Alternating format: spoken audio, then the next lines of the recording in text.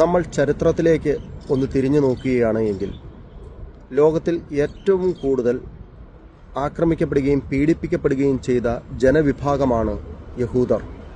ഒരുപക്ഷെ അവർ ആക്രമിക്കപ്പെടാത്ത ഒരു രാജ്യമുണ്ടെങ്കിൽ അത് ഇന്ത്യയാണ്. നമ്മൾ ഹിറ്റ്ലറുടെ ഹോളോകോസ്റ്റ് ക്യാമ്പുകളെക്കുറിച്ച് നമ്മൾ കേട്ടിട്ടുണ്ട്. അതിമൃഗീയമായ രീതിയിൽ 60 ലക്ഷത്തോളം യഹൂദന്മാരാണ് പിഞ്ചു കുഞ്ഞുങ്ങൾ ഉൾപ്പെടെ ആ ക്യാമ്പിൽ ഗ്യാസ് ചേമ്പറുകളിലും മറ്റും ശ്വാസം മുട്ടി മരണപ്പെട്ടത്. ഇന്ന് ഈ ഹിറ്റ്ലറിൻ്റെ നടപടിയെ കിരാതമെന്ന് പൊതുസമൂഹം വിലയിരുത്തുമ്പോൾ നമ്മുടെ കേരളത്തിൽ ഉള്ള ഒരു വലിയ വിഭാഗം ആളുകളും ഹിറ്റ്ലർ ഒരു ദീർഘവീക്ഷണമുള്ള ആളായിരുന്നു എന്നുവരെ പറയുന്ന തലത്തിലേക്ക് മാറിയിരിക്കുകയാണ്. ഇന്ന് നമ്മൾ ഈ ഇറാൻ ഇസ്രായേൽ വാറുമായി ബന്ധപ്പെട്ടിട്ടുള്ള വാർത്തകളുടെ താഴെ വരുന്ന കമൻറ്റുകൾ നോക്കിയാൽ മതി അവരുടെ ജൂതവിരോധം എത്രത്തോളം ഉണ്ടെന്ന് നമുക്ക് മനസ്സിലാക്കാനായിട്ട്. ഞാൻ അല്പനേരം മുമ്പ് ഒരു പ്രമുഖ ചാനലിൻ്റെ കമൻറ്റ് ബോക്സ് നോക്കിയപ്പോൾ കണ്ടത് ഇതാണ്: ഹിറ്റ്ലർ എത്ര ദീർഘവീക്ഷണമുള്ള ആളായിരുന്നു എന്ന്.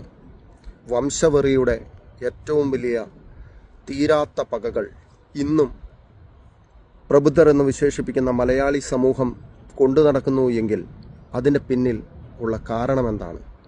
കാരണം മറ്റൊന്നുമല്ല, നമ്മുടെ നാട്ടിലെ രാഷ്ട്രീയക്കാർ തങ്ങളുടെ അധികാരം ലഭിക്കാൻ വേണ്ടി കാട്ടിക്കൂട്ടുന്ന ചെയ്തികൾ അത് ഒരു വലിയ തലമുറയെ, അടുത്ത ജനറേഷനെ വലിയ തോതിലേക്ക് പകയുടെയും മറ്റും ഒരു കനലിലൂടെ നടത്തിക്കൊണ്ടു പോവുകയാണ്. തിരിച്ചറിയുകയും പ്രതികരിക്കുകയും ചെയ്യേണ്ട സമയം കഴിഞ്ഞിരിക്കുകയാണ് ഇപ്പോൾ. കാരണം അവർക്ക് ഭരണം ലഭിക്കാൻ വേണ്ടി അവർ കവലകളിൽ നടത്തുന്ന പ്രസംഗങ്ങളിൽ പോലും അവർ പറയുന്ന ഭാഷയാണ് വർഗീയത വർഗീയത എന്ന്. പ്രീണനങ്ങൾ ഇപ്പോൾ തന്നെ ഇസ്രായേലും അതുപോലെ തന്നെ ഇറാനും തമ്മിൽ നടക്കുന്ന യുദ്ധത്തിനകത്ത് അഭിപ്രായം പറയേണ്ട കാര്യങ്ങൾ ഈ പറയുന്ന നേതാക്കന്മാർക്കാർക്കുമില്ല. ദേശീയ സെക്രട്ടറി ആയ CPMൻ്റെ ദേശീയ സെക്രട്ടറി എന്ന സ്ഥാനം പേരിന് മാത്രം അലങ്കരിച്ചുകൊണ്ടിരിക്കുന്ന MA ബേബി എന്ന് പറയുന്ന പൊട്ടൻ, അയാളുടെ സംഘം ഇന്ന് ഡൽഹിയിൽ ഇസ്രായേലിനെതിരെ സമരം നടത്തുന്നത് അറിയാൻ ഇടയായി. ഇയാളുടെ വിചാരം, ഇയാൾ ഒരു സമരം നടത്തിയിട്ടുണ്ട് എങ്കിൽ അതിൻ്റെ അകത്ത് പറഞ്ഞേക്കണ ഭാഗം ഇതാണ്: നെതന്യാഹുവിനെ അറസ്റ്റ് ചെയ്യണമെന്ന്. ഇയാൾ ആരാന്നാണ് ഇയാളുടെ വിചാരം? സ്വന്തം പാർട്ടിയിൽ പോലും ഒരു വിലയില്ലാത്ത ഏത് AKG സെൻറ്ററിൻ്റെ ഉദ്ഘാടനത്തിന് നമ്മൾ കണ്ടു, സാധാരണക്കാരനായ ഒരാളെ പോലെ കയ്യും കെട്ടി പുറകിൽ മാറി നിൽക്കുന്ന ദേശീയ സെക്രട്ടറിയെ. ഈ പൊട്ടനൊക്കെയാണ് ഇന്ന് ഇസ്രായേലിനെതിരെ കുരച്ചുകൊണ്ട് ഡൽഹിയിൽ നിന്നുകൊണ്ട് സമരം നടത്തുന്നത്. എന്താണ് ഇതിൻ്റെ പിന്നിലുള്ള കാരണം? ഇവന്മാർക്ക് വ്യക്തമായിട്ടറിയാം, ഇറാനിൽ ആയത്തുള്ള ഖമേനിയുടെ നേതൃത്വത്തിലുള്ള ഭരണകൂടം വന്നപ്പോൾ ആദ്യം കൊന്ന് ഒടുക്കിയതും ഇല്ലാതാക്കിയതും സഹാക്കന്മാരെന്ന് പറയുന്ന കമ്മ്യൂണിസ്റ്റുകാരെ തന്നെയാണ്. എന്നിട്ട് എന്തുകൊണ്ടാണ് ഈ കമ്മ്യൂണിസ്റ്റുകാർ ഇവർക്ക് വേണ്ടിയിട്ട് ഇങ്ങനെ സമരം നടത്തുന്നത്? മറ്റൊരു കാര്യം, ഞാനിപ്പോൾ നിൽക്കുന്ന ഇസ്രായേലിലെ സംഭവം തന്നെയാണ് പറയുകയാണെങ്കിൽ, ഇവിടെയുമുണ്ട് കമ്മ്യൂണിസ്റ്റ് പാർട്ടിയുടെ ചില നേതാക്കന്മാർ. ഇവർക്ക് ഇവിടെ 5 സീറ്റോളം ഉണ്ട്.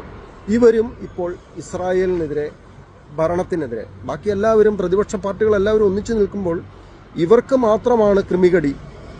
ഇവരിപ്പോൾ ഇറങ്ങിയിരിക്കുകയാണ്. കാരണം എന്താണ്? ഇത് രണ്ടും നമ്മൾ കൂട്ടി വായിക്കേണ്ട ഒരു കാര്യമാണ്. അതുകൊണ്ടാണ് ഞാനിപ്പോൾ ഈ വീഡിയോ ചെയ്തേക്കാമെന്ന് വിചാരിച്ചത്. കാരണം ഇവർക്ക് ഇവിടെ ജൂതന്മാരുടെ ഇടയിൽ വലിയ അഭിപ്രായമില്ല. അപ്പോൾ ഇവർ ഇപ്പോൾ ഈ നെതന്യാഹുവിനെതിരെയും അതുപോലെ തന്നെ ജൂത വിഭാഗത്തിനെതിരെയും പരമാവധി പ്രചരണം നടത്തി. ഇവരെ അറബ് വംശജർ കൂടുതലുള്ള നസ്രത്ത് ഉൾപ്പെടെയുള്ള പ്രദേശങ്ങളിൽ നിന്നാണ് ഇവിടുത്തെ പാർലമെന്റിലേക്ക് 5 സീറ്റ് കരസ്ഥമാക്കിയത്. അപ്പോൾ അവരെ പ്രീണിപ്പിക്കാൻ വേണ്ടിയിട്ട് സ്വന്തം രാജ്യം ഒരു യുദ്ധമുഖത്ത് നിൽക്കുമ്പോൾ ഇവർ എന്തു ചെയ്യുന്നു? ഇവർ ഈ രാജ്യത്തിനും ഈ രാജ്യത്തിൻ്റെ ഭരണകൂടത്തിനുമെതിരെ നിലകൊള്ളുന്നു. ഇത് തന്നെയാണ് 62-ലെ യുദ്ധത്തിൽ, ചൈനയുമായിട്ടുള്ള യുദ്ധത്തിൽ അന്ന് CPI ആയിരുന്നു, CPI സ്വീകരിച്ച ഇടപാട്. അന്ന് അവർ അരുണാചൽ പ്രദേശ് വിഷയവുമായി ബന്ധപ്പെട്ട് ചൈന ഇന്ത്യ വാറുണ്ടായപ്പോൾ അന്ന് ഇന്ത്യയാണ് അരുണാചൽ പ്രദേശ് അവിടെ കയ്യേറിയത് എന്ന് പറഞ്ഞുകൊണ്ടാണ് ഇവർ പ്രശ്നമുണ്ടാക്കിയത്, ഇവർ ചൈനയ്ക്ക് പിന്തുണ നൽകിയത്. ഇന്നും ചങ്കിലെ ചൈന എന്ന് പറഞ്ഞുകൊണ്ടാണ് ഇവർ കൊണ്ടു നടക്കുന്നത്. ഇത്രയും വൃത്തികെട്ട ഒരു വിഭാഗം, ഒരുപാട് കമ്മ്യൂണിസ്റ്റുകാർ, നല്ല മനുഷ്യർ, ഒരുപാട് പേർ എനിക്കിപ്പോഴും കേരളത്തിൽ നല്ല സുഹൃത്തുക്കളുണ്ട്. എൻ്റെ ഏറ്റവും ചങ്കായ ചില സുഹൃത്തുക്കളും കമ്മ്യൂണിസ്റ്റ് ഇതിൽ വിശ്വസിക്കുന്നവരാണ്. പക്ഷേ അവരോട് ഞാൻ സംസാരിക്കുമ്പോൾ പോലും അവർക്കും നിശബ്ദതയാണ്. കാരണം തമ്പ്രാക്കന്മാരാണ്, അതിന് മുകളിലോട്ട് നിൽക്കുന്ന തമ്പ്രാക്കന്മാരെ പേടിച്ചിട്ട് ഒന്നും പറയാൻ മേലാത്ത സാഹചര്യം. പിണറായി ഉൾപ്പെടുന്ന മരപ്പൊട്ടൻ എന്താണ് പറഞ്ഞത്? തെമ്മാടി രാഷ്ട്രമെന്നും. അയാൾ ഇതുവരെ ഈ യുദ്ധം നടന്നതുമായി ബന്ധപ്പെട്ട് ഏകദേശം 20,000-ന് മുകളിൽ ആളുകൾ, മലയാളികൾ ഇവിടെയുണ്ട്.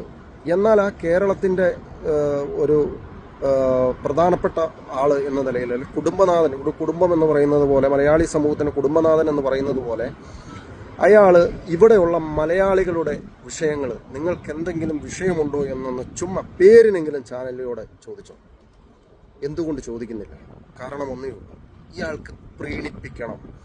അടുത്ത ഇലക്ഷനും വീണ്ടും തുടരും എന്നും പറഞ്ഞുകൊണ്ട് ഇപ്പോഴേ തന്നെ കയ്യും പൊക്കി നിന്ന് പുറംതിരിഞ്ഞ് ചന്തിയും കാണിച്ച് നിൽക്കുന്നുണ്ടല്ലോ. ഇയാൾക്ക് ഈ ഭരണം ഇനിയും തുടരാൻ വേണ്ടിയിട്ട് ഏത് തീവ്രവാദികളെ വേണമെങ്കിലും കൂട്ടി കൊടുക്കാനും കൂടെ നിർത്താനും ശ്രമിക്കുന്ന ഒരു നീചനായിട്ട്, അയാളുടെ മുഖത്ത് എന്തെങ്കിലും ഒരു ഐശ്വര്യം എന്ന് പറയുന്നത് കാണുന്നുണ്ടോ? ഈ മനുഷ്യൻ കേരളത്തിൻ്റെ അധികാരമെത്തിയ പിന്നെ കേരളത്തിന് മുടികൽ മാത്രമേ ഉള്ളൂ. എന്തൊരു ദുരിതത്തിലേക്കാണ് നമ്മുടെ നാട് പോയിക്കൊണ്ടിരിക്കുന്നത്. ഇയാളെപ്പോലുള്ള വൃത്തികെട്ടവന്മാരെയൊക്കെതിരെ ഒരു വാക്കുകൊണ്ടെങ്കിലും പ്രതികരിക്കാൻ പറ്റുന്ന ആളുകൾ ഈ ഹിന്ദു ക്രിസ്ത്യൻ വിഭാഗങ്ങളിൽ, അല്ലെങ്കിൽ നല്ലവരായ എത്രയോ മുസ്ലിം സുഹൃത്തുക്കളുണ്ട് ഈ പാർട്ടിക്കകത്ത്. എന്തുകൊണ്ട് അവർ ശ്രമിക്കുന്നില്ല? മുസ്ലിങ്ങൾ എല്ലാവരും തീവ്രവാദികളാണെന്നുള്ള കൺസെപ്റ്റിലല്ല ഞാനിപ്പോൾ സംസാരിക്കുന്നത്. എനിക്ക് എത്രയോ നല്ല സുഹൃത്തുക്കൾ, ഞാൻ വർക്ക് ചെയ്ത മേഖലയിലും ഒക്കെ ഇവിടെ തന്നെയുണ്ട് എനിക്ക് നല്ല സുഹൃത്തുക്കൾ. ഏറ്റവും നല്ല സുഹൃത്തുക്കൾ എനിക്ക് ഇസ്രായേലിൽ ജൂതന്മാരെക്കാൾ കൂടുതൽ എനിക്ക് മുസ്ലിം സുഹൃത്തുക്കളാണ്. ഒരാളാണ് ഞാൻ നേരത്തെ വർക്ക് ചെയ്ത സ്ഥലത്ത് നിന്ന് തിരിച്ചു പോന്നു കഴിഞ്ഞപ്പോൾ ഇപ്പോഴും വിളിക്കുന്ന ഒരാളുണ്ട്, ഖാലിദ്. എൻ്റെ ഏറ്റവും വലിയ ചങ്കാണ്. അതുപോലെ തന്നെ നാട്ടിൽ നിരവധി സുഹൃത്തുക്കൾ, മുസ്ലിം സുഹൃത്തുക്കളുണ്ട്. അവരാരും ഈ തീവ്ര മതവിശ്വാസവുമായിട്ട് നടക്കുന്നവരല്ല എന്ന് മാത്രം.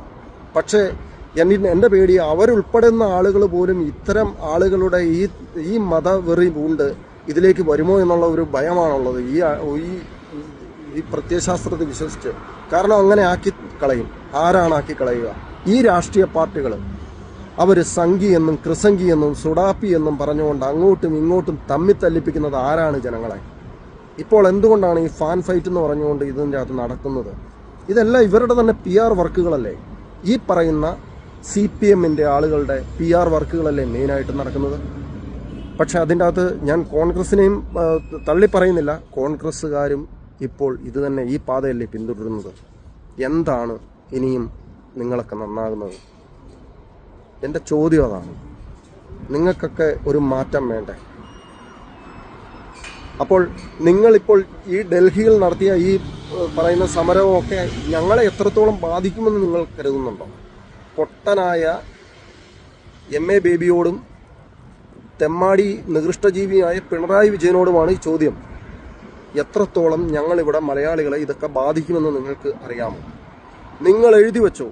ഇവിടെ ഇന്നിപ്പോൾ ഇസ്രായേലിൽ ജീവിക്കുന്ന ഏകദേശം 20,000-ഓളം വരുന്ന മലയാളി സമൂഹത്തിൻ്റെ കുടുംബങ്ങളും ബന്ധുക്കളും ഒന്നും നിങ്ങൾക്ക് അടുത്ത ഇലക്ഷനിൽ വോട്ട് തരുമെന്ന് നിങ്ങൾ വിശ്വസിക്കേണ്ട. ചിലരൊക്കെ കാണുമായിരിക്കും, വളരെ കുറച്ച്. അത് എവിടെയുമുണ്ടല്ലോ. വളരെ കുറച്ച് പേര് ചിലപ്പോൾ കണ്ടെന്നിരിക്കും. പക്ഷേ ബഹുഭൂരിപക്ഷം വരുന്ന മലയാളി സമൂഹത്തിൻ്റെ മുഴുവൻ പിതൃത്വം ഞാനിവിടെ ഏറ്റെടുത്തുകൊണ്ട് പറയുന്നതല്ല. പക്ഷെ ഒരു വികാരം പറഞ്ഞതാണ്. കാരണം അത്രത്തോളം ഞങ്ങളിവിടെ, നിങ്ങൾ മൂലമാണ് ഞങ്ങളിവിടെ അനുഭവിക്കുന്നത്. അതുകൊണ്ട് നിങ്ങളിങ്ങനെ ഈ വംശവെറി വെറുതെ വളർത്തി വിടരുത്. അടുത്ത തലമുറ നിങ്ങളൊക്കെ ഏതാണ്ട് തീരാറായില്ലേ? 70 വയസ്സിന് 80 വയസ്സിന് മുകളിലോട്ടായില്ലേ? കൊതി തീർന്നില്ലേ ഇതുവരെയായിട്ടും? ഇനിയും എന്തിനാണ് ഇനി കടിച്ചു തൂങ്ങി ഈ വർഗീയതയും മറ്റുമൊക്കെ വിഷങ്ങൾ ഈ സമൂഹത്തിലേക്ക് നിങ്ങൾ ഒഴുക്കി വിടുന്നത്? ഒന്നടങ്ങ്. പോയി കുഴി കിടക്കുമ്പോഴെങ്കിലും അടുത്ത തലമുറയെങ്കിലും ഒന്ന് ചിന്തിക്കട്ടെ. ഞങ്ങൾക്കിങ്ങനെ കൊള്ളാവുന്ന ഒരു ഭരണാധികാരി ഉണ്ടായിരുന്നു എന്ന് പറയാൻ വേണ്ടിയിട്ട് ഒരു നല്ല കാര്യമെങ്കിലും നിങ്ങൾ ചെയ്തിട്ട് പട്ടടയിലേക്ക് ഒടുങ്ങ്. അതേ ഞങ്ങൾക്ക് പറയാനുള്ളൂ. അപ്പോൾ ഞങ്ങൾ വീണ്ടും പറയുകയാണ്, വെറുതെ ഞങ്ങളെ നിങ്ങൾ സഹായിക്കണ്ട, ഞങ്ങളെ ഉപദ്രവിക്കാതിരിക്കണം. ഒരു രാജ്യത്തിൻ്റെ പോളിസിക്കനുസരിച്ച് വേണം ഒരു സംസ്ഥാനം നിലകൊള്ളാനായിട്ട്. പിടിച്ചു നിൽക്കാനും ജീവിച്ചിടത്ത് വളരാനും ജയിക്കാനും യുദ്ധം അനിവാര്യമാണ് എങ്കിൽ അത് ചെയ്തേ മതിയാകൂ. അതാണ് ഇവിടെ ഇസ്രായേൽ ഇപ്പോൾ ചെയ്തുകൊണ്ടിരിക്കുന്നത്. ഇസ്രായേലിൻ്റെ യുദ്ധം മുസ്ലിം സമുദായത്തിനെതിരെയല്ല, തീവ്രവാദികൾക്കെതിരെയാണെന്ന് ആദ്യം തിരിച്ചറിഞ്ഞുകൊള്ളുക. അത് മാത്രമാണ് എനിക്ക് പറയാനുള്ളൂ. എല്ലാവർക്കും നന്ദി.